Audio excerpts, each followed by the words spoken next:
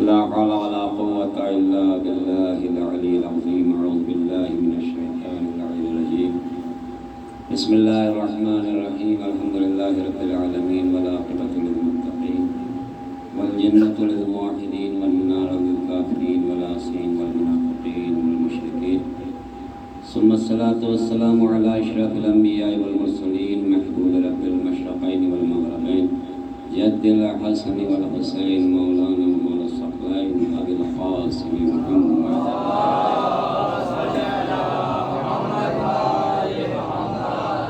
ثم الصلاة والسلام على آله الطيبين الطاهرين المعصومين المظلومين ولعنة الله على أعدائهم أجمعين من يوم ظلمهم إلى قيام يوم الدين. أما بعد، قال الله تعالى في القرآن المجيد وفرقانه الحميد وقوله الحق. بسم الله الرحمن الرحيم.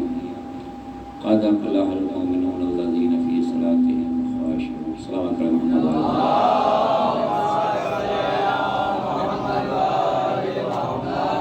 حضرت سید الشہداء ماتم دوران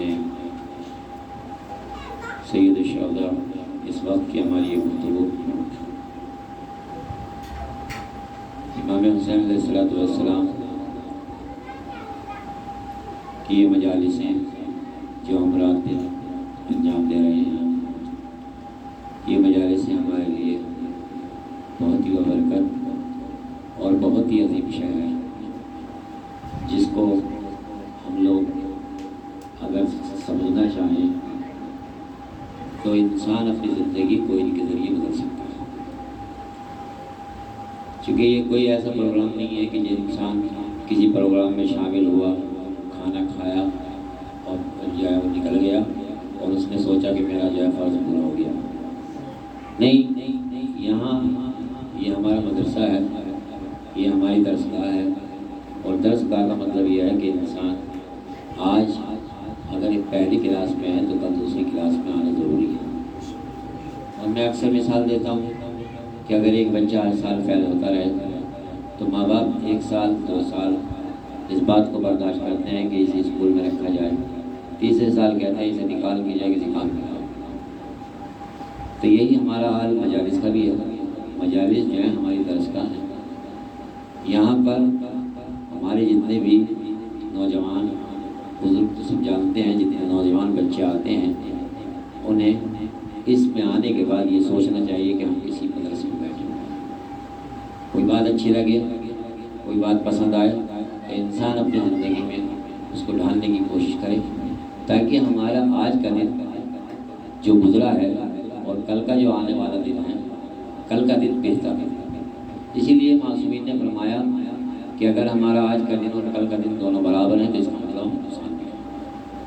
آپ کو جب آپ نے بزنس شروع کیا آپ کو 100 روپے کا فائدہ ہوتا تھا، دوسرے دن کے پھر 100 روپے کا فائدہ ہوا، تیسرے دن کے پھر 100 روپے کا فائدہ ہوا.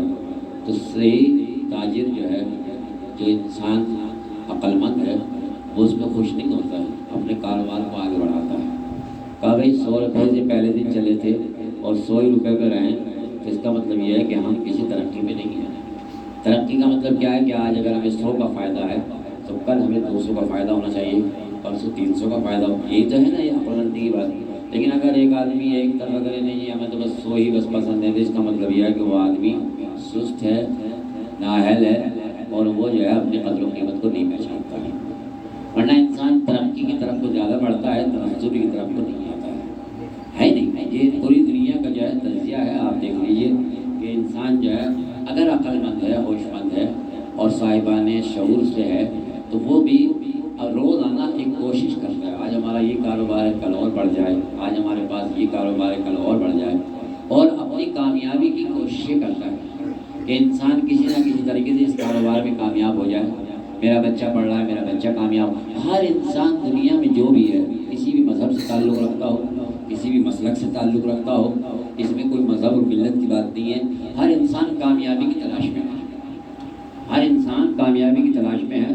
اگر ہوش مند ہے، عقل مند ہے تو انسان جو ہے وہ کامیابی کی تلاش میں لگا ہوا ہے. طالب علم اسٹوڈنٹ پڑھ رہا ہے تو وہ نتیجے کی کامیابی میں اس سے آگے بڑھ جاؤں، میں نے یہ کیا ہے تو یہ کر لوں. جس فیلڈ کا بھی انسان ہے وہ اپنی کامیابی کے پیچھے لگا ہوا ہے. اسی طریقے سے قرآن بھی بتلا رہا ہے کہ اگر تمہیں کامیاب ہونا ہے تو کامیابی کی کیا علامتیں ہیں، کامیاب کس طرح ہوا جائے گا. چونکہ ایک ہے دنیا کی کامیابی، ایک ہے آخرت کی کامیابی. نہ دنیا کافی ہے اور نہ بغیر آخرت کے، اور نہ ہی آخرت کافی ہے بغیر دنیا کے. دونوں چیزیں ساتھ ساتھ لے کے چلنی ہیں.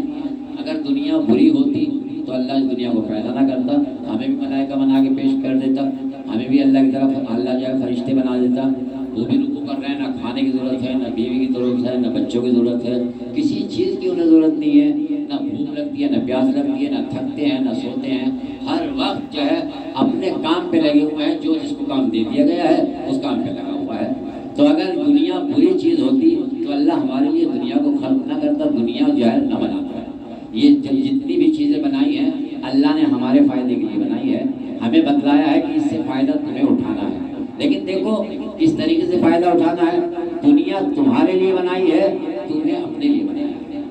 سمجھیے گا، یعنی دنیا اللہ نے کیوں بنائی ہے؟ ہمارے لیے. فرشتوں کا اس میں کوئی فائدہ نہیں ہے، نہ وہ کھانے آتے، نہ انہیں بھوک ہے. ہاں کبھی کبھی دسترخوان پہ پہنچے ضرور ہیں. جناب لوط کے یہاں پہنچ گئے، جناب ابراہیم کے یہاں پہنچ گئے. جانے کے بعد میں جو ہے وہاں پر فرشتوں نے جو ہے کھانا پیش بھی کیا گیا. جب کھانا پیش کیا گیا تب آپ سوچیے کیا ہوا. سلام علیہ محمد تو انہوں نے کھانا بھی پیش کیا. جب کھانا پیش کیا تو کھانا کھانے کے لیے بیٹھے. انہوں نے کہا ہمیں کھانے کی ضرورت نہیں ہے، اللہ نے ہمیں پیٹ ہی نہیں دیا جس سے ہم کھانا کھائیں.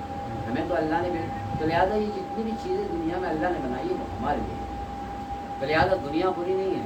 ہاں دھوکے سے دنیا لینا یہ ہاں آدمی کے لیے دنیا بری نہیں بنائی ہے. ورنہ ہمارے مولا کائنات کے بارے میں، امام حسن کے بارے میں ہمیں جو ہے نہ جانے کتنی بات ملتی ہے کہ مولا نے نہ جانے کتنے باغ لگائے اور لگانے کے بعد مجھے وقف کر دیے اور لوگوں کو جو ہے اس سے فائدہ پہنچا. یہ مولا کائنات کی تاریخ ہے. تو لہٰذا یہ دنیا اگر ایسی بری چیز ہوتی تو انہیں ضرورت کیا پڑے گی وہ جا کے باغ لگائیں اور لائے لے جانے کے بعد میں. نہیں، دنیا بری نہیں ہے. برے طریقے سے دنیا کو حاصل کرنا برا ہے. برے طریقے سے دنیا کو برے انداز سے حاصل کرنا برا ہے. یہ تو ایک تصور ہمارے یہاں بنا دیا گیا. نہیں جی دنیا یا دین نہیں. جب تک دنیا نہیں ہوگی دین مکمل نہیں ہوگا. جب تک دین نہیں ہوگا دنیا مکمل نہیں ہوگی. دونوں کا ساتھ ساتھ ہونا ضروری ہے. یہ تصور چھوڑ دیجئے کہ دنیا بری ہے یا دین برا ہے. اسی لیے مولا کائنات فرماتے ہیں، اور مولا کائنات کا اگر یہ قول دیکھیں کہ مولا فرماتے ہیں دنیا میں اس طرح کام کرو تعمل دنیا کہ تعیش و عبدا، کہ دنیا میں اس طریقے سے کام کرو جیسے تمہیں ہمیشہ ہمیشہ اس میں رہنا ہے. یہ کون فرما رہا ہے؟ مولا کائنات نہج البلاغہ میں، کہ دنیا کے لیے اس طرح کام کرو جیسے تمہیں ہمیشہ ہمیشہ کے لیے اس میں رہنا ہے. تو ہمیشہ ہمیشہ کے لیے تو ایسا ہی ہے، بہترین گھر بنائیں، اچھی گاڑی لیں، اچھا بزنس ہو، اچھے کھانے ہوں، اچھے لباس ہوں. یہ جبھی تو اچھا ہوگا. جبھی تو مولا فرما رہے ہیں تعمل دنیا کہ تعیش و عبدا، کہ دنیا کے لیے اس طرح کام کرو کہ جیسے تمہیں اس میں ہمیشہ ہمیشہ کے لیے رہنا ہو. یہ کون فرما رہا ہے؟ یہ وہ فرما رہا ہے جو ہمارا مولا ہے، جو ہمارا آقا ہے، جو ہمارا جو ہے سب کچھ ہے، جس کے اوپر ہمارا ایمان ہے. کیا کہہ رہے ہیں؟ تعمل دنیا کہ تعیش و عبدا، دنیا میں اس طرح کام کرو، اس دنیا میں اتنی محنت کرو، دنیا میں اس طریقے سے رہ جاؤ کہ تمہیں جو ہے جیسے ہمیشہ ہمیشہ کے لیے رہنا ہے. تو یہ کون فرما رہے مولا کہنا؟ اس کے بعد فرما وَتَعْمَلْ لِلْآخِرَةِ تم متفقہ، اور آخرت کے لیے ایسے عمل کرو جیسے تمہیں کل ہی کو مر جانا ہے، کل ہی کو جو ہے موت آ جانی. یہ مولا کائنات نے دونوں انداز ہمیں دکھلائے ہیں. ایسا نہیں ہے کہ ہمیں جو ہے بتلایا ہو، نہیں. معصوم کہتے ہو اس کو ہیں، ہمارے ائمہ کی سیرت ہی ہے پہلے خود کرتے ہیں بعد میں دوسروں کو دکھاتے ہیں.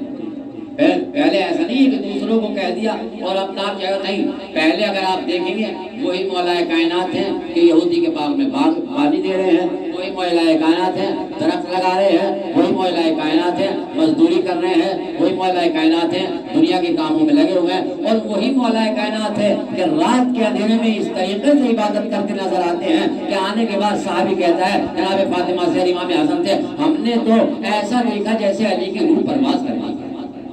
یہ ہے انداز عبادت. یعنی جب عبادت میں آتے ہیں تو پھر علی کو خبر نہیں رہتی ہے دنیا کیا چیز ہے، اور جب دنیا میں جاتے ہیں تو دنیا میں اس طرح کام کرتے ہیں کہ ہزاروں باغ لگانے کے بعد بھی جو ہے سب وقت کرتے چلے جاتے ہیں لوگوں کے لیے. لہٰذا کیا ہے؟ یعنی دنیا بری نہیں ہے، لیکن دنیا کا میں نے کہا برے انداز سے انسان کا حاصل کرنا برا ہے، اور اسی لیے بہت سے لوگ کہتے ہیں بس اللہ اللہ کرو، نمازیں پڑھو، روزے رکھو، حج کرو، یہ دنیا میں پڑھنے کا کیا چکر ہے؟ ارے بھیا نماز میں جب بھی فائدہ ہوگا، لباس ہونا چاہیے، مکان ہونا چاہیے، ہمیں مسجد بنانے کے لیے بھی پیسہ چاہیے، اس میں جو ہے جو اخراجات ہے اس کو پورا کرنے کے لیے بھی پیسہ چاہیے، تو آئے گا کہاں سے؟ بھائی یہ دنیا میں انسان کمائے گا، یہ عزاداری ہم کر رہے ہیں، اگر ہمارے پاس پیسہ نہ ہو تو یہ بتائیے اسے آپ جو ہے عزاداری کیسے چلائیں گے؟ عزاداری بھی تبرک بانٹنا ہے، یہ مائک لے کے آئے ہیں، یہ ہم نے جو جگہ بنائی ہے، یہ فرش رکھا ہے، لوگوں کو بلایا ہے، انہیں کچھ تھوڑا تبرک دیں گے، ان کو جو ہے کوئی نظر دیں گے، تو یہ پیسہ ہوگا تبھی تو انسان کرے گا۔ تو لہٰذا امام حسن کا دسترخوان چل کے بتلا رہا ہے کہ دنیا بری نہیں ہے، دنیا کو جو ہے دنیا کی طریقے سے نہ لو بلکہ آخرت کی طریقے سے لو، جب دنیا آخرت کے راستے سے لی جائے گی تو دنیا بھی جنت نظر آئے گی۔ صلوات پڑھے محمد وعلیہ کہ کل کہ اس طریقے سے دنیا میں کام کرو جیسے ہمیشہ ہمیشہ رہنا ہو، اور دنیا میں اس طریقے سے عمل کرو جیسے کل کو مر جانا ہو۔ یہ مولا کائنات کا قول ہے، یہ مولا کائنات کی وصیت ہے، یہ مولا کائنات کا جو ہے قول ہمارے سامنے موجود ہے، اور اس کے علاوہ بھی آپ پڑھیں۔ ایسا نہیں ہے کہ دنیا بری ہے، نہیں، دنیا بری نہیں ہے، بلکہ دنیا کو ہم خود برا بناتے ہیں۔ دنیا کو ایک انسان نے کاروبار کیا، نیت کیا ہے؟ کاروبار کرے، کاروبار کرے گا بچے پلیں گے، کسی کا اخراجات پورے ہوں گے، کسی کی جو ہے مدد کی جائے گی۔ ہماری نیت تھی کہ ہم جو ہے اس سے جو ہے کاروبار کریں گے تو کسی غریب کی مدد کریں گے، اپنے بچوں کا پیٹ بھرنا خود عبادت ہے، اپنی بیوی کا خرچ اٹھانا خود عبادت ہے، اپنے ماں باپ کا خرچ اٹھانا خود عبادت ہے۔ ایسا نہیں ہے کہ یہ جو ہے ہم فالتو میں کوئی چیزیں کر رہے ہیں، نہیں، یہ عبادت میں شمار ہوتا ہے۔ ایک انسان امام محمد باقر علیہ السلام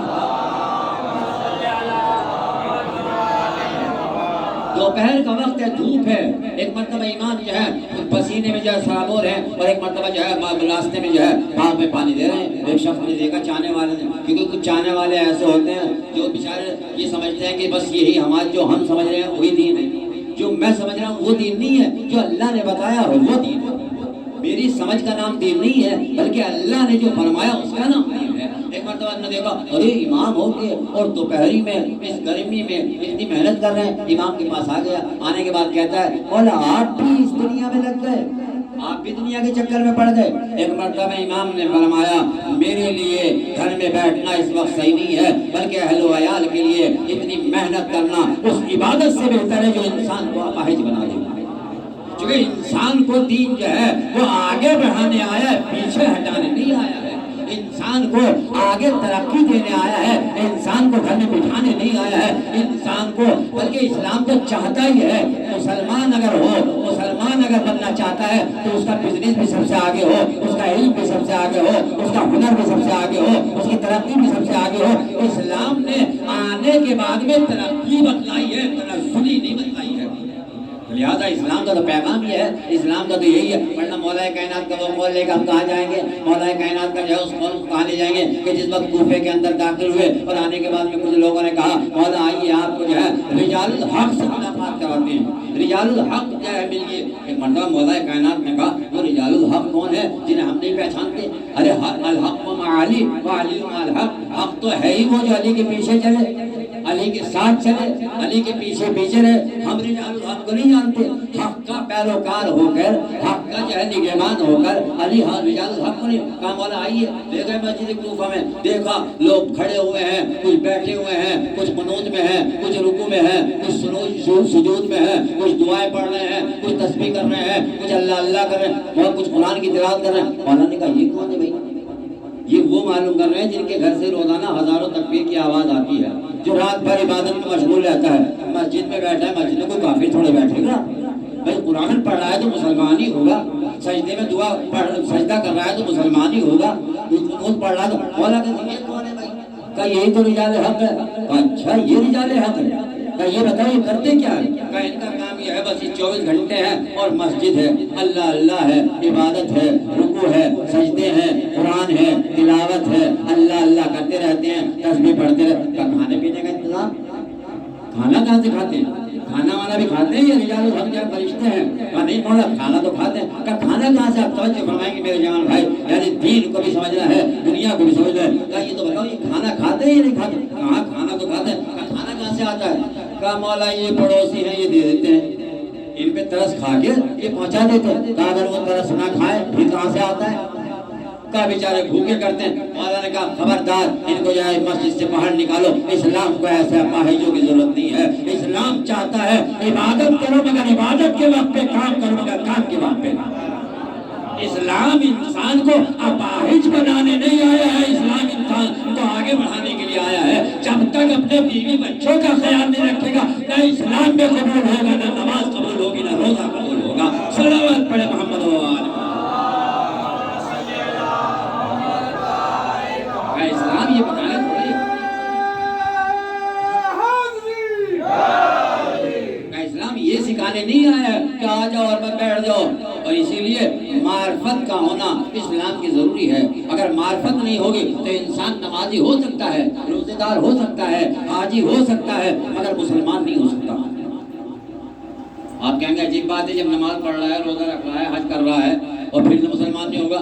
مسلمان ہونے کے لیے نماز پڑھنا کافی نہیں ہے، مسلمان ہونے کے لیے روزہ رکھنا کافی نہیں ہے، یہ تو کوئی بھی کر سکتا ہے عادت کے طور پر۔ مسلمان کے لیے معرفت ضروری ہے۔ اگر معرفت نہیں ہوگی تو پھر حسین قتل ہو جائیں گے، لوگ نماز پڑھتے رہیں گے، حسین کو شہید کر دیا جائے گا، لوگ تسبیح پڑھتے رہیں گے۔ تو لہٰذا صرف نمازیں بچانے کے لیے نہیں آئیں گی جب تک کہ انسان کو دین کی معرفت نہ ہو۔ اسی کا واقعہ مولا کائنات کے ساتھ میں، جن کے سفیر میں ایک انسان ہے ربی، مولا کا چاہنے والا ہے، مولا کے ساتھ رہتا ہے، مولا کے ساتھ جو ہے دم بھرتا ہے کہ میں آپ کا چاہنے والا ہوں، آپ کا ماننے والا ہوں۔ مولا نے کہا اچھا ہمارے ماننے والا ہوں۔ سفیر میں آ گیا، سفیر میں جنگ شروع ہوئی۔ جب سفیر میں جنگ شروع ہوئی ایک مرتبہ مولا کے پاس آتا ہے، آنے کے بعد کہتا ہے مولا میرے دل میں تو شک پیدا ہو رہا ہے، ہم حق پر بھی ہیں یا نہیں، ہم حق پہ ہیں یا نہیں ہے۔ اب آپ سوچئے انہوں نے اگر علی کو پہچانا ہوتا، علی کی معرفت حاصل کی ہوتی، علی کو جانتے تو کیا نعوذ باللہ علی غلط کام کریں گے؟ جس نے 3 خلافتوں میں چھوڑنے کے بعد میں اپنا حق نہ لیا ہو تاکہ اسلام زندہ رہ سکے، اس علی کی جو ہے کوئی جواب لا سکتا ہے؟ انسان جو ہے چھوٹے سے عہدے پہ جو ہے جان دینے کو تیار ہو جاتا ہے۔ علی نے اتنا بڑا جو ہے عہدہ چھوڑنے کے بعد میں تاکہ اسلام سلامت رہے، دین سلامت رہے۔ ایک مرتبہ مولا سے کہتا ہے مولا مجھے تو شک ہو رہا ہے، سامنے والے بھی قبلے کی طرف کو نماز پڑھ رہے ہیں، ہم بھی قبلے کی طرف کو، وہ بھی قرآن پڑھ رہے ہیں، وہ بھی روزہ رکھ رہے ہیں، وہ بھی عبادت کر رہے ہیں، وہ بھی کلمہ پڑھ رہے ہیں، وہ بھی مسلمان ہیں، ہم بھی مسلمان ہیں، میرے دل میں تو شک ہو رہا ہے، مجھے کہیں ایسی جگہ بھیج دیجیے جہاں مسلمانوں سے مقابلہ نہ ہو۔ علی سے فرما رہے ہیں۔ مولا نے کہا اچھا ٹھیک ہے، ایک دوسری جگہ بھیج دیا مولا نے جہاں پہ مشرکین کا بارڈر تھا، وہاں پہ جا کے حفاظت کرو۔ یہ مولا کائنات کے زمانے میں رہا۔ اس کے بعد مولا کائنات کے زمانے کے بعد یہ ایران چلا گیا ربی۔ اس کا کام کیا ہے؟ مسجد، نماز، بس روزہ، مسجد، نماز، روزہ، تسبیح، نہ کسی سے بات کرتا ہے نہ کسی سے ملتا ہے، صرف مسجد ہے، مسجد میں بیٹھا رہتا ہے، مسجد میں کام کرتا ہے، مسجد میں عبادت کرتا ہے۔ اسے خبر ملی کہ امام حسین شہید کر دیے گئے سن 61 میں، یہ زندہ ہے ایران کے اندر، اور اس کو جو ہے خبر ملی کیا کہ امام حسین شہید کر دیے گئے۔ اس نے کہا امام حسین جیسی شخصیت کو بھی شہید کر دیا، اور یہ کہنے کے بعد میں یہ اپنی عبادت میں لگ گیا۔ بس اتنا جملہ کہا اس نے کہ کیا امام حسین جیسی شخصیت کو بھی شہید کر دیا گیا؟ زمانہ ایسا ہو گیا۔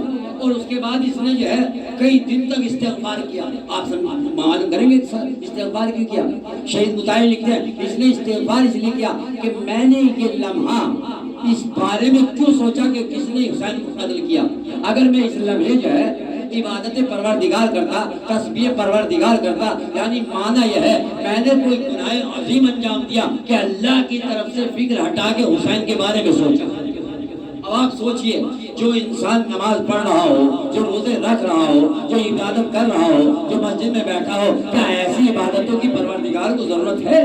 ارے وقت کا امام شہید ہو گیا اور اس کے لیے اگر یہ کہہ دیا کہ حسین کو کیسے شہید کر دیا تو کہتا ہے کہ میں نے گناہ کیا لہٰذا اس کے لیے استغفار ہونا ہے، تو اللہ کو ایسی عبادتوں کی ضرورت نہیں ہے بلکہ ان عبادتوں کی ضرورت ہے جب دین بچانے کا وقت آئے تو گھر سے نکل جاؤ، جب دنیا کمانے کا وقت آئے تو دنیا میں آ جاؤ۔ صلوات پڑھے محمد و آل محمد۔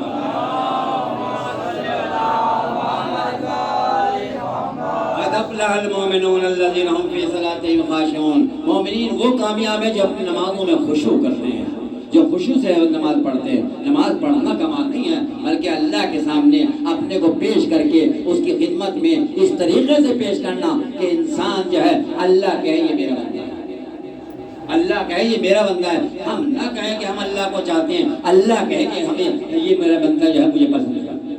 لہٰذا یہ کب ہوگا؟ یہ اس وقت ہوگا جب ہم عبادت اس طرح کریں گے جس طرح پروردگار نے کہا ہے. وہ کب ہوگی؟ جب ہمیں معرفت پروردگار ہوگی. اور جب معرفت پروردگار ہوگی تو معرفت پروردگار تو ہم پہلے حاصل کر نہیں سکتے, ہمیں جو ہے معرفت رسول ہونا ضروری ہے. معرفت رسول تک پہنچ نہیں سکتے جب تک کہ معرفت امام نہ ہو. لہٰذا زینہ بے زینہ انسان کو چلنا پڑے گا. جب ہمیں معرفت ہو جائے گی, نماز 2 رکعت ہوگی مگر ہزاروں رکعت پہ بھاری ہوگی. لیکن اگر بے معرفت نماز ہوتی رہی تو انسان نمازیں پڑھتا رہے گا, ثواب کچھ نہیں ملے گا. قرآن پڑھتا رہے گا مگر نماز ثواب کچھ نہیں ملے گا. اور اس کی جو ہے مثالیں جو ہے شہید کلینی, علامہ کلینی جو ہے اپنی کتاب کو کافی میں پہلے ہی باب شروع کرتے ہیں, اس میں جو ہے ذکر کرتے ہیں فرشتوں نے دیکھا. فرشتے بیچارے سیدھی قوم, وہ تو کسی کو بھی دیکھتے, انہوں نے شیطان کو دیکھا کہ عبادت کر رہا, اسی کے دھوکے میں آ گئے. چونکہ انہوں نے دیکھا بندہ بہت عبادت کر رہا ہے, ان کے پاس تھوڑی ہے, یہ تو اللہ جانتا ہے کہ کون کس ارادے سے عبادت کر رہا ہے, وہ نہیں جانتے. ایک مرتبہ ایک عابد کو دیکھا جزیرے میں بیٹھا ہوا عبادت کر رہا ہے. پروردگار کی بارگاہ میں پروردگار اس کا ثواب کتنا ہوگا؟ کہا اس کا ثواب کچھ بھی نہیں ہے, تھوڑا سا. کہا پروردگار 24 گھنٹے عبادت میں لگا ہوا ہے, رات دن سجدہ ہے, نہ بیوی نہ بچے نہ گھر نہ بار نہ کچھ, نہ ماں نہ باپ, جنگل ہے اور یہ ہے. بیچارہ یہ چیز جو ہے گھاس پھوس کھا کے زندگی گزار رہا ہے اور اسی میں جائے عبادت کر رہا ہے, اس کا ثواب کچھ بھی نہیں ہے. پروردگار نے کہا تمہیں چاہیے آزما لو. شیخ کلینی جو ہے اصول کافی میں لکھا جا کے آزما لو. فرشتہ جو ہے بشر میں انسان آ گیا, آنے کے بعد میں ایک مصلی اس نے بچھا دیا فرشتے نے. اب جب مصلی بچھایا ایک مرتبہ اس نے جب سجدے سے ذرا رکا اور عبادت سے رکا, ایک مرتبہ اس سے کہا بھائی تم کون؟ کہا یار میں نے تمہاری عبادت کو دیکھا, مجھے بھی شوق ہوا کہ تم جیسی عبادت کرو, لہٰذا میں نے مصلی تمہارے پاس بچھا دیا. کہا اچھا. ایک مرتبہ عبادت کرتے رہے, تھوڑا ٹائم گزرا تو کہا یہ تم کتنے دن سے عبادت کر رہے ہو؟ اور ایک زمانہ گزر گیا, ایک مدت گزر گئی یہاں عبادت کرتے. کہا تمہیں یہاں کوئی عیب نظر آیا, کوئی کمی نظر آئی؟ اس نے کہا ایک عیب تو ہے, ایک عیب ہے یہاں پر. کہا وہ عیب کیا ہے؟ کہا اتنا بہترین جنگل ہے, ہرا بھرا ہے, اتنی بہترین گھاس اگی ہوئی ہے, اللہ کے پاس اگر ایک گدھا ہوتا تو کیا ہی اچھا تھا کہ وہ آتا اس گھاس کو چل جاتا. وہ ہر سال جو خراب ہو جاتا ہے, اللہ کے پاس ایک گدھا بھی نہیں ہے.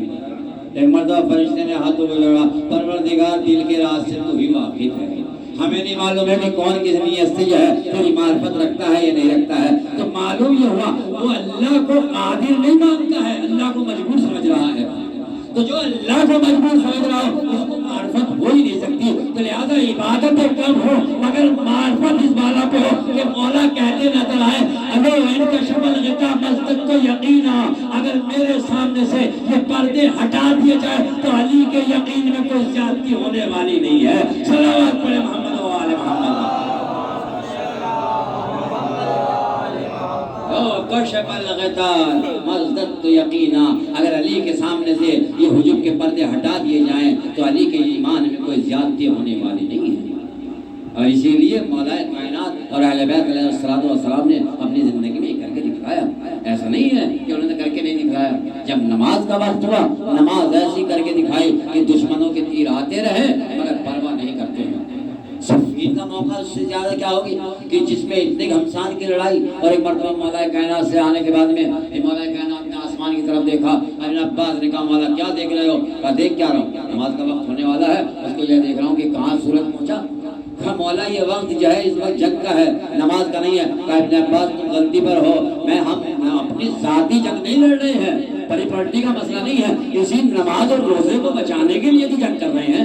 اگر یہی ہم نے رکھی تو پھر ہمارا فائدہ کیا ہے؟ یعنی علی نے بتایا ہماری جنگ الگ چیز ہے مگر اللہ کا دین الگ چیز ہے. ہم جنگ کرتے ہیں تو اللہ کے لیے, جیتے ہیں تو اللہ کے لیے, مرتے ہیں تو اللہ کے لیے. ہماری پوری زندگی ابتدا بھی اللہ سے ہے, انتہا بھی اللہ پر ہے. صلوات پڑھے محمد و آل محمد. اسلام جو ہے دنیا کمانے کو مانا نہیں کرتا ہے, دنیا میں آگے بڑھنے کو. ایک مسلمان پہ جتنی آیتیں آپ اگر دیکھیں قرآن مجید کا مطالعہ کریں, جو پڑھتے ہیں وہ دیکھیں. اقیم الصلاۃ وآتوا الزکات، اقیموا الصلاۃ وآتوا الزکات، نہ جانے کتنی مرتبہ آیا۔ لینے والوں کا تذکرہ مشکل سے 1-2 آیت میں آیا، یعنی زکات لینے والوں کا تذکرہ 1 یا 2 آیت میں ملے گا آپ کو، لیکن زکات نکالنے والوں کو بار بار۔ اس کا مطلب ہے اسلام جو ہے ہمیں امیر دیکھنا چاہتا ہے، مالدار جبھی تو نکلے گی زکات، فقیر تھوڑا نکالے گا۔ جس کے پاس خود کھانے کو نہیں وہ کیا نکالے گا بھائی؟ اس پہ تو فطرہ بھی واجب نہیں، زکات کہاں سے واجب ہوگی؟ تو جس کے پاس کچھ ہوگا وہی تو نکالے گا۔ اقیموا الصلاۃ وآتوا الزکات، اقیموا الصلاۃ وآتوا الزکات، اس کا مطلب یہ ہے کہ اسلام ہمیں جو ہے آگے بڑھانے کے لیے آیا ہے۔ کم سے کم قرآن پڑھ کے تو ہوش لو کہ تمہیں آگے بڑھنا ہے، پیچھے نہیں ہٹنا ہے۔ دنیا میں آگے بڑھنے کے بعد میں جب تم اس طریقے سے کرو گے تو پھر جو ہے تمہیں، تبھی تو غریبوں کا مدد کریں گے۔ جب غریب کی مدد کا، جب خود ہی غریب ہے تو دوسری مدد کیا کرے گا؟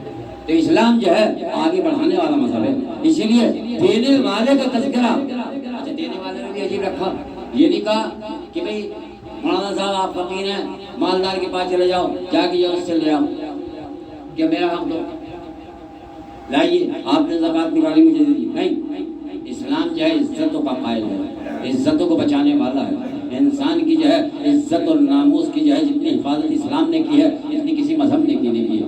کہا نہیں، نکالنے والے کا فرض ہے، اس کو تلاش کرے کون مستحق ہے، کون حقدار ہے، تاکہ اس کی جبین پہ پسینہ نہ آئے، اسے شرمندگی محسوس نہ ہو۔ اسی لیے اہل بیت نے جب کسی کو جا کے دیا یا تو منہ چھپا لیا یا نام نہیں بتایا۔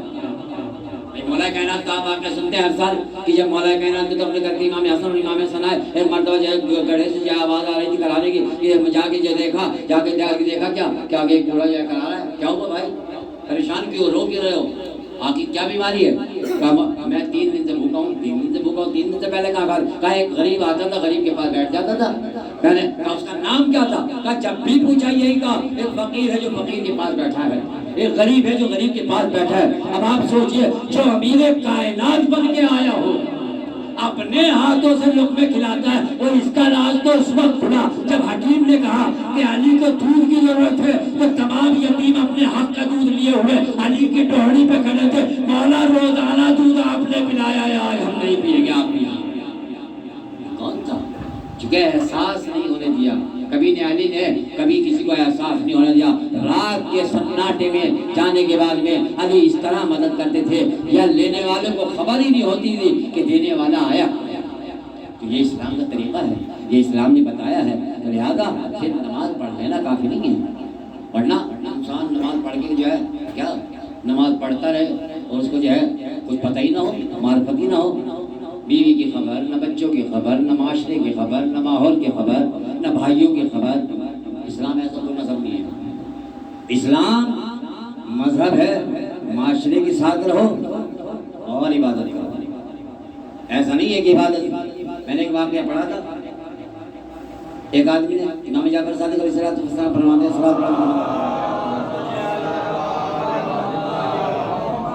ایک آدمی نے ایک یہودی کو جو ہے مسلمان کر لیا۔ اب مسلمان کرنا پڑا ہے، بہت اچھی بات ہے، کر لیا۔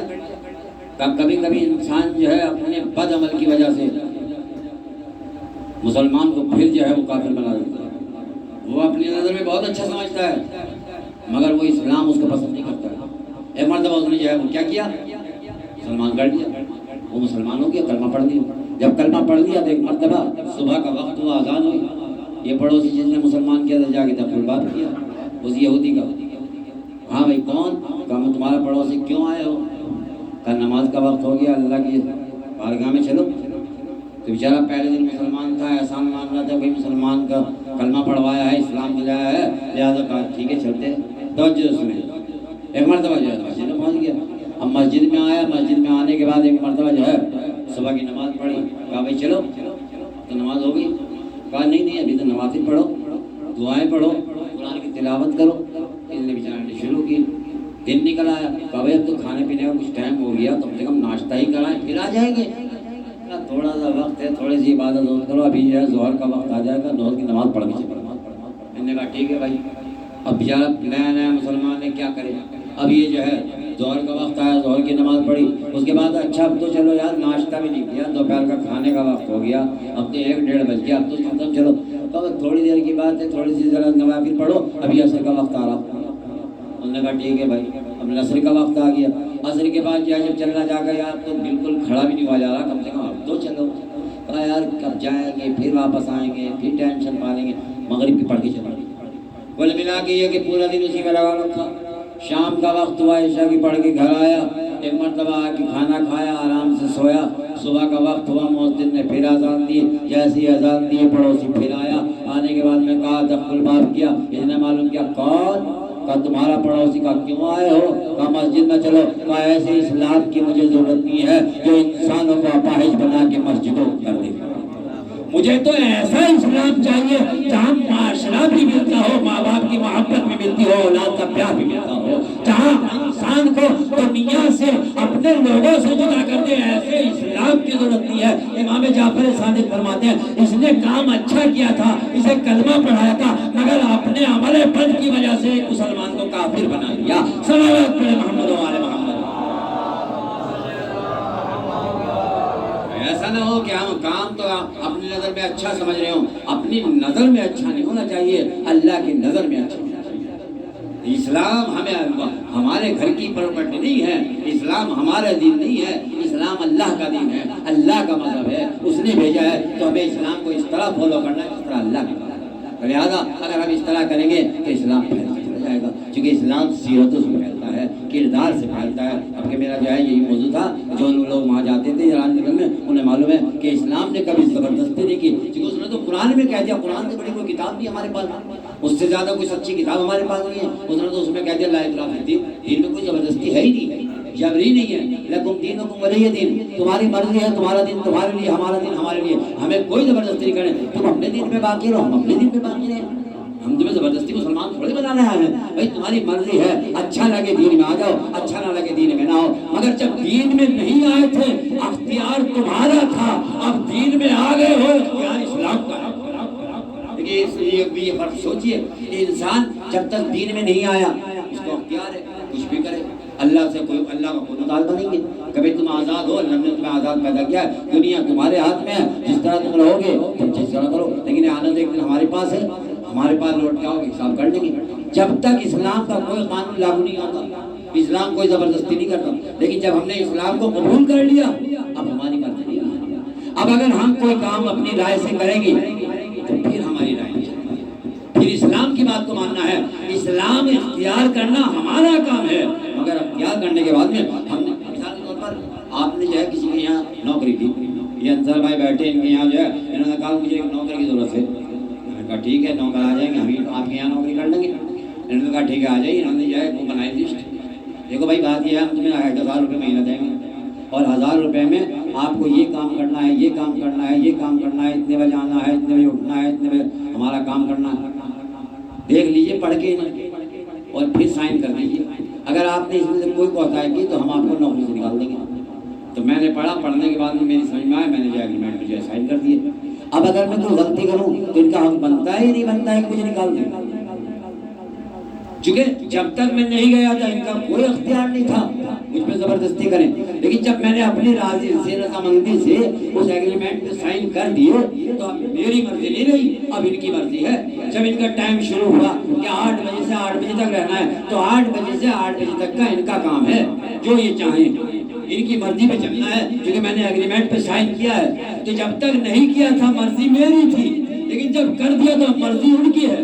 یہی اسلام بھی کہتا ہے جب تک کلمہ نہیں پڑھتے مرضی تمہاری ہے، صبح کو کسی وقت اٹھو، مگر جب کلمہ پڑھ لیا اب مرضی تمہاری نہیں ہے، ادھر مؤذن اللہ اکبر کے ادھر بستر چھوڑ کے آ جاؤ تاکہ پتہ لگے تم ہمارے اطاعت گزار ہو، کسی اور کے اطاعت گزار نہیں ہو۔ صلوات پڑھے محمد و آل محمد۔ جب تک ہم نے ایگریمنٹ پہ سائن نہیں کیا ہماری مرضی ہے، لیکن جب ہم نے ایگریمنٹ پہ سائن کر دیا اب ہماری مرضی نہیں ہے۔ تو یہ اسلام کا بھی ہے، اسلام نے کہا لکم دینکم ولی دین، تمہارا دین تمہارے لیے، ہمارا دین ہمارے لیے، رسول ان سے کہہ دو کوئی جبر نہیں، لیکن جب تم نے کہہ دیا لا الہ الا اللہ محمد رسول اللہ تو اب تمہیں ہر چیز وہ ماننی پڑے گی جو اسلام کا ہے، اچھی لگے نہ لگے۔ کہا جی ہمیں تو یہ قانون اچھا نہیں لگتا، ہمیں تو یہ بات پسند نہیں آتی، تو تمہاری پسند سے نہیں، اس نے تو پہلے لسٹ پیش کر دی، قرآن جیسی کتاب دے دی، اسے پڑھ لو، اس میں ہم نے سب کچھ لکھ دیا، اور تمہاری سمجھ میں آئے تو ایگریمنٹ پہ سائن کرو، اور اگر سمجھ میں نہ آئے تو آزاد ہو، ہم تو لہذا اسلام کو ہم نے جو ہے اپنے کو سمجھنا ہے اور معرفت کے ساتھ سمجھنا ہے. معرفت کے ساتھ 2 رکعت نماز پڑھ لیں 1000 رکعت سے بہتر ہے. اسی لیے کہا گیا ہے انشاءاللہ آپ یہاں تشریف لائیے گا. ابھی میرا موضوع جو ہے وہ اس میں 11 سفر سے 20 سفر تک علم اور معرفت ہی رہے گا. انشاءاللہ جسے فرصت ملے وہ تشریف لائے اور دیکھیں کہ اسلام نے ایجوکیشن میں کس طریقے سے آگے بڑھنے کو کہا ہے اور ایک طالب علم کی کیا فضیلت ہے. علم حاصل کرنے والے کے اللہ نے کتنے فضائل رکھے ہیں. علم حاصل کرنا انسان کے لیے کتنا ضروری دیا ہے. انسان کو جو ہے بغیر معرفت کے کیا بتلا ہے. انشاءاللہ وہ موضوعات اسماعیل. تو لہٰذا کیا ہے ہمیں جو ہے اللہ کی بات کو فالو کرنا ہے اور اگر ہم اللہ کی بات مانیں گے اللہ کے احکام پہ عمل کریں گے تو پھر خدا کی قسم یہاں بھی کامیابی ملے گی وہاں بھی. اسی لیے قد افلح المؤمنون سب سے پہلی آیت جو مولا کائنات نے آگے پڑھی ہے اسی جو ہے سورہ مومنین آیت ہے کہ مومنین کامیاب ہیں الذین هم فی صلاتہم خاشعون. اور اس کے بعد یہ نہیں کہ بس نماز پڑھ لی تو نہیں عن اللغو معرضون وہ جو ہے لغو باتوں سے دور رہتے ہیں. یہ نہیں کہ بس نماز پڑھ لی نماز پڑھ کے آیا اس کو مار اس کو برا کے اس کی غیبت کا اس کو جو ہے چھیڑ اس کو نہ عن اللغو معرضون. اب اس کو جو ہے اپنی زبان میں کرنا ہے. ایک شخص ہے رسول اسلام کے زمانے میں رسول اسلام نے جو ہے اس کے بارے میں کہا یہ جنت میں جائے گا. صحابہ نے کہا یہ کون سا عمل کرتا ہے بھائی جس کی وجہ سے جنت میں جائے گا. ذرا تلاش تو کرو. ہم بھی اس عمل کو کریں گے تاکہ رسول اللہ بھائی رسول کا کسی انسان کو یہ بشارت دینا کہ یہ جنتی ہے تو اس کا مطلب یہ ہے کہ رسول کو جھوٹ تو بولنے سے رہے. تو اس کا مطلب یہ ہے کہ اب تو اس کو جنت میں واجبی ہے. رسول اسلام نے اعلان کیا. ایک مرتبہ بعض صحابہ نے کہا کہ دیکھو تو یہ کرتا کیا ہے. اب تجسس بڑھا کون سا عمل ایسا دیکھا تو کوئی نارمل نماز پڑھتا ہے نارمل سا روزہ رکھتا ہے جس طرح سب رکھتے ہیں اس طرح وہ رکھتا ہے. اپنے کوئی ایسی عبادت نہیں ہے کہ جو خاص طریقے سے کرتا ہو. لوگوں نے بڑے امتحان لیے. کبھی اس کے گھر میں سو کے کبھی اس سے باتیں کر کے کبھی اس کے یہاں ساتھ رہ کے کہا بھائی 1-2 دن ساتھ گزارو ہو سکتا ہے کچھ پتہ لگ جائے کوئی خاص عمل انجام دے. اور لیکن لوگوں نے دیکھا وہ تو بالکل عام سا عمل انجام دیتا ہے. کوئی ایسا خاص عمل نہیں ہے جس کے آنے کے بعد میں اس سے کہا گیا تجھے رسول اللہ نے کہا ہے کہ تیری جنت واجب ہے. آخر ایسا کون سا عمل ہے جس کی وجہ سے رسول اللہ نے نماز جو تو پڑھتا وہی ہم پڑھتے ہیں روزہ جو تو رکھتا ہے وہی ہم رکھتے ہیں جو نوافل تم پڑھتے ہو وہی ہم پڑھتے ہیں. ہم نے تو کوئی ایسی خاص چیز دیکھی نہیں تمہارے اندر جس کی وجہ سے ہم سمجھ لیں کہ رسول اللہ نے تمہیں جو ہے اس لیے جنت کا وہ دے دیا. اس نے کہا تم نے جو ہے میرے ظاہر کو دیکھا ہے میرا دل اتنا صاف ہے کسی کے لیے کینہ نہیں رکھتا ہوں کسی کے لیے بغض نہیں رکھتا ہوں کسی کے لیے حسد نہیں کرتا ہوں. ہر انسان کو یہ سمجھتا ہوں کہ مجھ سے بہتر ہے. سب سے زیادہ کمتر اپنے کو سمجھتا ہوں. اور یہی رسول اللہ نے فرمایا ہے جب انسان اپنے کو اس منزل پہ لے جاتا ہے کہ اس دوسروں کو اچھا سمجھے اپنے کو برا سمجھے تو پروردگار کہتا ہے یہ بندہ کتنا انکسار ہے کہ اپنی ذات کو کمتر سمجھ رہا ہے دوسرے کی ذات کو برتر سمجھ رہا ہے. صلوات پڑھے محمد و آل محمد. اسلام بہت بہترین. یہ تو آج ہمارے اسلام میں بدنام کیا جا رہا ہے ان لوگوں کی وجہ سے جنہوں نے اسلام میں زیادتی کی جنہوں نے اسلام کو جو ہے زور سے منوایا ہے جنہوں نے اپنی بدعنوانیوں کو جو ہے اسلام کا نام دے دیا گیا ہے جنہوں نے جو ہے شراب خود پی ہے اسلام کا جو ہے الزام لگایا ہے جنہوں نے چوریاں خود کی ہیں اور چور وہ جو ہے اسلام پہ ڈال دی ہیں بدعنوانیاں خود کی ہیں اور اسلام پہ جو یہ اسلام نہیں ہے. اسلام اتنا پیارا مذہب ہے اتنا اچھا مذہب ہے جس نے اسلام کو دل سے پڑھا ہے چاہے وہ کسی بھی مذہب کا انسان ہو وہ اسلام کا جو ہے گردیدہ ہو گیا. لہٰذا امام حسین علیہ السلام نے اسی اسلام کو بچانے کے لیے قربانی دی. یہ کوئی کم قربانی نہیں تھی. اس زمانے میں قربانی دی ہے جب اسلام پر کوئی قربانی دینے والا نہیں تھا. سب نے بیعت کر لی ایک چھوڑ کے امام حسین. تو لہٰذا یہ بیعت نہیں تھی. امام حسین اگر بیعت کر لیتے تو یہ دین کی بیعت ہوتی یہ قرآن کی بیعت ہوتی یہ رسول کی بیعت ہوتی. اسی لیے میں نے جو اشرا پڑھا اس میں جو ہے میرا عنوان تھا اور حسین جو ہے وارث انبیاء ہے. تو وارث انبیاء ایسے نہیں بنے.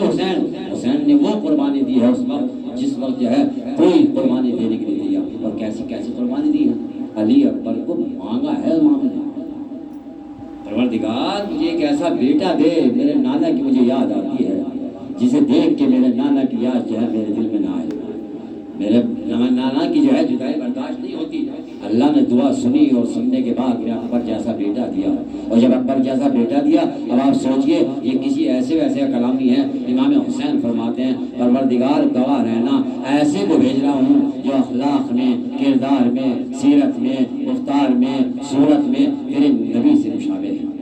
اب آپ سوچئے جب ایک مرتبہ امام حسین کے یہاں یہ فرزند پیدا ہوا، جناب زینب کہتی ہیں آنے کے بعد میں کہتی ہے بھیا مجھے کچھ نیک نہیں دو گے؟ ایک مرتبہ جناب زینب نے جیسے ہی کہا بہن مانگو، آج کیا مانگنا ہے؟ کہا میرے بھیا اگر یہی دینا ہے کہ جو میں مانگوں گی وہ دو گے؟ کہا ہاں بہن آج جو مانگو گی دو گے، اللہ نے مجھے اب میرا بیٹا دیا ہے، میں اس بیٹے کے صدقے میں جو تم مانگو گی دو گی۔ کہا میرے بھیا اگر دینا ہی ہے تو اکبر کو میرے حوالے کر دو، میں اکبر کی پرورش کروں گی، میں آپ سے جو ہے وعدہ کرتی ہوں میرے بچے بھوکے رہیں گے اکبر کو کبھی بھوکا نہ رکھوں گی، میرے بچے پیاسے رہیں گے مگر اکبر کو کبھی پیاسے نہ رکھوں گی۔ ہاں اس طرح جناب زینب نے پرورش کی ہے۔ 18 سال کا سن ہونے والا تھا، زینب کو تمنا تھی 18 سال کا اکبر ہوگا تو سر پہ صحرا سجاؤں گی، اپنے لال کی دلہن لے کے آؤں گی، مگر کیا معلوم تھا ایک دن ایک یہودی آ گیا، آگے کہتا ہے اے حسین اے آقا میں نے سنا ہے آپ کے یہاں ایک بیٹا پیدا ہوا ہے، ارے جو اس کو صورتوں میں جو ہے تمہارے نانا سے مشابہ ہے، میں نے سنا ہے تمہارے نانا کی بڑی اچھی صورت تھی، بڑی خوبصورت تھی تمہارے نانا، ارے میں چاہتا ہوں رسول کی زیارت کروں۔ ایک مرتبہ جناب علی اکبر کو سامنے لایا، ایک مرتبہ جیسے جناب علی اکبر سامنے آئے اس یہودی نے زیارت کی، مولا کے سامنے ہاتھوں کو جوڑا اور ہاتھوں کو جوڑ کے کہتا ہے اے آقا میں آپ سے ایک گزارش کرنا چاہتا ہوں، ایک تمنا کرنا چاہتا ہوں۔ ایک مرتبہ مولا نے فرمایا بتا بھائی تیری کیا تمنا ہے، کیا آرزو ہے؟ امام سے فرماتا ہے مولا ارے آپ دعا کر دیجئے اللہ ایک بیٹا مجھے بھی ایسا ہی دے دے، ارے آپ کا بیٹا تو بہت حسین جمیل ہے، آپ کا بیٹا تو بڑا خوبصورت ہے، اے مولا دعا کر دیجئے۔ اچھا میں دعا تو کر دوں گا مگر ایک دعا کرنے سے پہلے تجھ سے میں ایک وعدہ لیتا ہوں، میں ایک بات بتا اگر تیرے اس بیٹے کے جوان ہونے کے بعد میں پیر میں کانٹا لگ جائے تو تیرا دل کیا کہے گا؟ ایک مرتبہ یہودی کہتا ہے مولا اس سے پہلے میرا بیٹا زخمی ہو ارے میں دنیا سے اٹھا لیا جاؤں میں برداشت نہ کروں گا۔ ایک مرتبہ مولا نے فرمایا اے بھائی کبھی علی اکبر جیسے بیٹے کی تمنا نہ کر، ارے یہ تو وہ ہے جس کی مرچی کی ہڈی ٹوٹ جائے گی، جس کو تیر مارے جائے گی۔ ہاں آزادارو کربلا میں یہ قافلہ آ گیا اور ایک مرتبہ جناب زینب سلام اللہ علیہ کے پاس آنے کے بعد مجھے علی اکبر کہتے ہیں پھوپھی اماں ارے میں آپ سے ایک سوال کرنا چاہتا ہوں۔ ہاں میرے لال سوال کرو کیا بات ہے؟ کہا پھوپھی اماں یہ بتائیے آپ افضل ہے یا دادی اماں افضل ہے؟ جناب امام زینب جیسے ہی جناب زینب سے فرمایا کہا میرے لال یہ کون سا وقت ہے سوال کرنے کا؟ کہا پھوپھی اماں ارے میرا بابا یہ تو تنہا رہ گیا، ارے مجھے بابا پہ مرنے کی اجازت دے دو۔ ایک مرتبہ جناب زینب نے اجازت دی، حسین کے پاس آئے ہاتھوں کو جوڑا اے بابا ارے مجھے اجازت مل گئی آپ پہ اجازت دے دیجیے۔ حسین نے نہ جانے کس دل سے رخصت کیا، ایک مرتبہ رخصت تو کر دیا، علی اکبر کربلا کی طرف پڑھ رہے ہیں، کیا دیکھا ارے کچھ آہٹ محسوس ہو، اب جب پلٹ کے دیکھا تو باپے پیچھے پیچھے چلا آ رہا ہے، اے بابا آپ تو مجھے رخصت کر چکے تھے پھر کیوں آ رہے ہیں؟ ایک مرتبہ حسین نے فرمایا اے لال میرے اگر کاش تم صاحب اولاد ہوتے تو معلوم ہوتا اولاد کا درد کیا ہوتا ہے۔ اکبر میدان میں گئے، میدان میں جانے کے بعد میں جنگ کی اور جب سنبھلا نہ گیا ایک مرتبہ آواز دی اے بابا میرا آخری سلام لیجئے۔ حسین نے اب ایک مرتبہ مقتل کی طرف چلے، کبھی گرتے ہیں کبھی اٹھتے ہیں، اے علی یا علی، اور ایک مرتبہ علی اکبر کے پاس پہنچے، جانے کے بعد میں علی اکبر کے سینے میں ہاتھ ہے، ایک علی کیا رکھا ہوا ہے؟ بابا آپ برداشت نہ کریں گے؟ امیر لال بتاؤ تو صحیح، اب جو ہاتھ اٹھایا ارے کیا دیکھا نیزے کی رنی ہے تو سینے میں ٹوٹ گئی۔ اچھا میرے لال ارے لاؤ ذرا مجھے اٹھاؤ، ایک مرتبہ اپنے گھٹنے کو زمین کربلا پہ رکھا، اے بابا الہی ارے کربلا میں آ جاؤ حسین کا امتحان دیکھو۔ ایک مرتبہ حسین نے ارے علی نکالے، اکبر کا کلیجہ نکل آیا، لاش لے کر چلے خیمے میں آئے، ارے تمام بیٹیاں آ گئی مگر ماں کا پتہ نہیں۔ جناب زینب نے فرمایا حصہ ارے لیلا کے خیمے میں جاؤ، جا کے معلوم تو کرو ارے اب تک کیوں نہیں آئی؟ اب جو جا کے دیکھا ارے کیا دیکھا ام لیلا اے بیبی ارے تیرے بیٹے کا لاش آ گیا۔ کہا مجھے معلوم ہو گیا، کہا یا میرے آنکھوں کی بصارت چلی گئی۔ جب باہر نکلتی ہوں لله وإنا إليه راجعون رضا بقضاء تسلیما للرحمن پروردگار جی واسطہ محمد آل محمد کے جوانی مبنا پریشان حالت کی پریشانی کو دور فرما